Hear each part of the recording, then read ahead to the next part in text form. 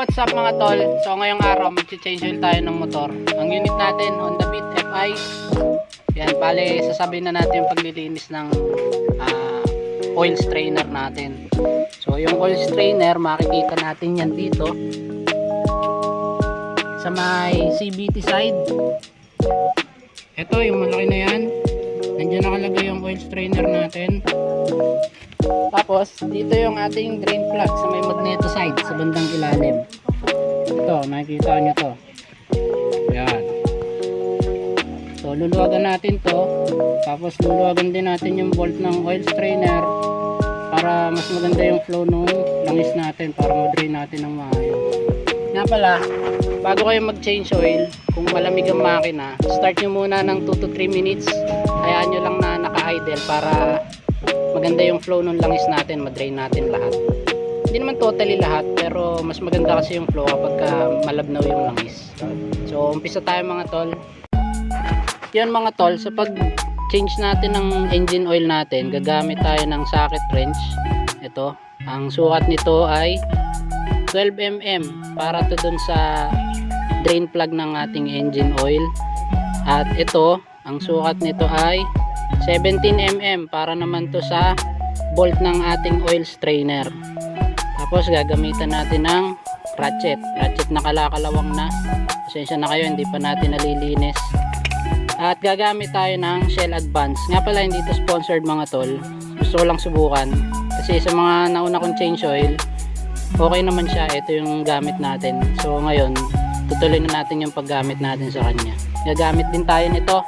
Yan, ito yung mga basyo ng bote ng langis natin.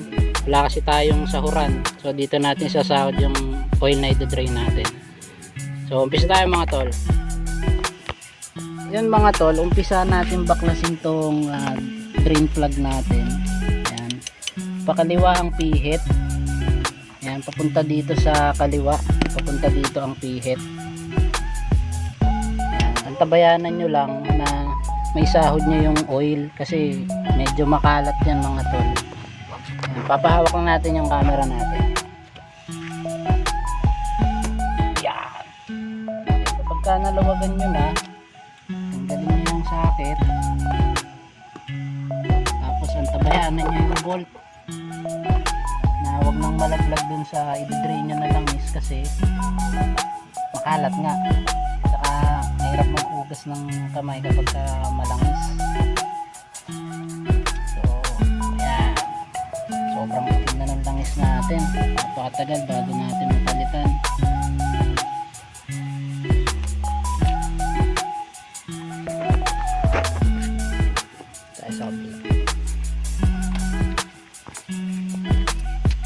Yung mga tol, habang nagdi-drain siya dun sa drain plug, dito naman tayo sa kabila sa may oil strainer natin. Yan, dito sa oil strainer natin, ang ikot naman nito is counterclockwise. Pawa nga ako tol. Yan, kapag naluwagan nyo na, dandaan nyo lang din siyang tanggalin.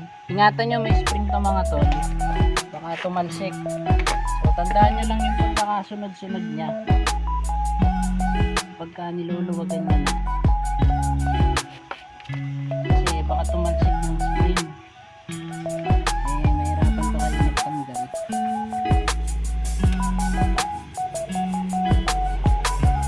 Yan, hapon yung piston messy, dahil pala dalawa yung pansahod natin. Yung strainer cup,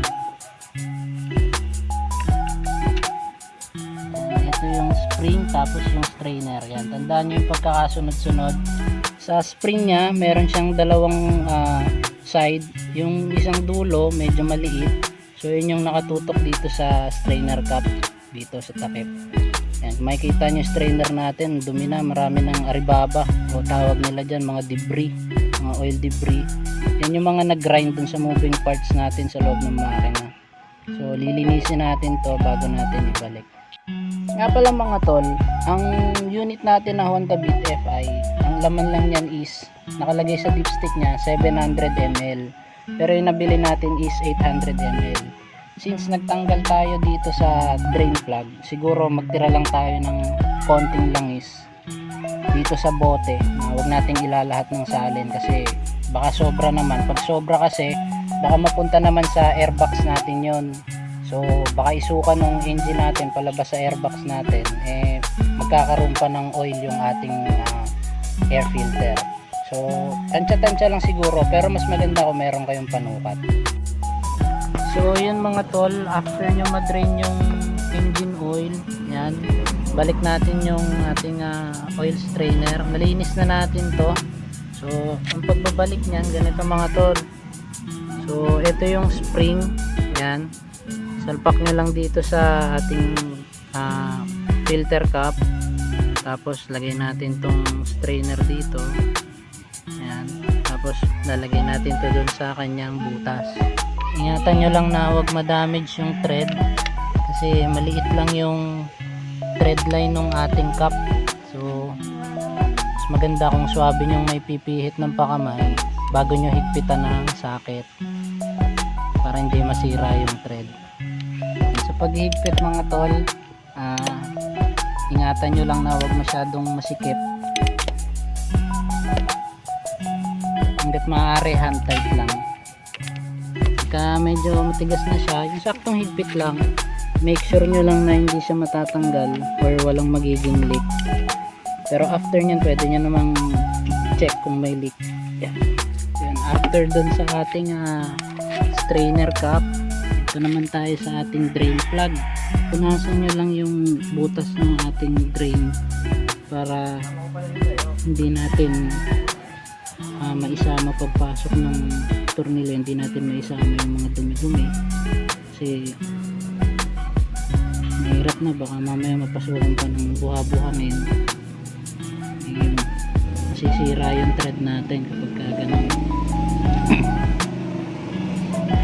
Yan, lagay natin yung ating drain plug.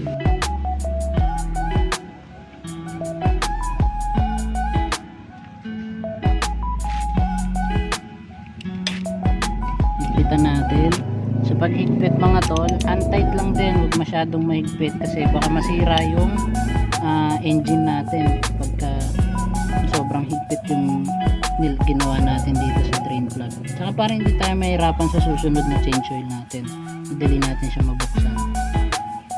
Yan, okay, siguro yun. Tapos dito tayo sa dipstick natin. Then kung makikita nyo sa dipstick natin, ito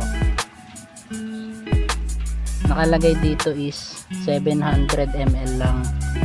So dahil nag-drain tayo dun sa ating strainer, siguro magtira lang tayo ng konti dun sa 800 ml na nabili nating langis.